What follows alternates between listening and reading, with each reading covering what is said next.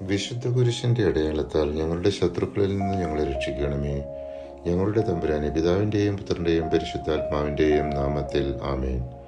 യേശയ്യാ 3-ാം അധ്യായത്തിൽ ജെറുസലേമിന്റെ അരാജകത്വത്തെയും കർത്താവിന്റെ വിധിയെക്കുറിച്ചും വിവരിക്കുന്നു.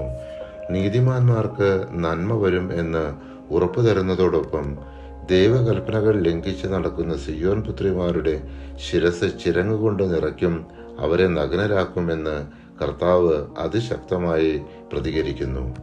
യേശയ്യാ 4-ാം അധ്യായം ശിക്ഷയ്ക്ക് ശേഷം സിയോൻ ശുദ്ധീകരിക്കപ്പെടുമെന്ന് എന്ന രക്ഷയുടെ വാഗ്ദാനമാണ്. 5-ാം അധ്യായത്തിൽ ദൈവം തന്റെ ജനത്തെ മുന്തിരിത്തോട്ടം പോലെ പരിപാലിച്ചുവെന്നും, പക്ഷേ അവർ നല്ല മുന്തിരി കൊടുക്കാതെ കാട്ടുമുന്തിരി കൊടുത്തു, അതിനാൽ വിധി വരും എന്ന് മുന്നറിയിപ്പ് നൽകുന്നു.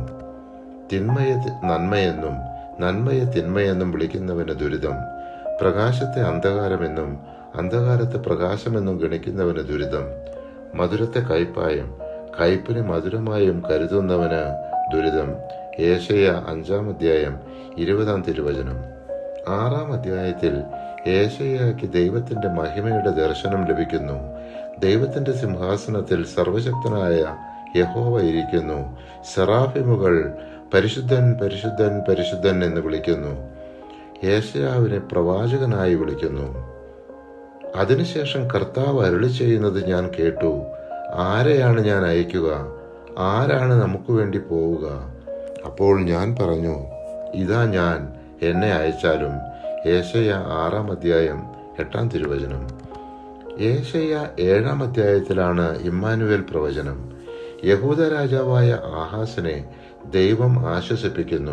ശത്രുക്കൾ വിജയിക്കുകയില്ല, ദൈവം നമ്മോടുകൂടെ എന്നർത്ഥം വരുന്ന ഇമ്മാനുവേൽ ജനിക്കും എന്ന മഹത്തായ പ്രവചനം ഇവിടെ കാണുന്നു.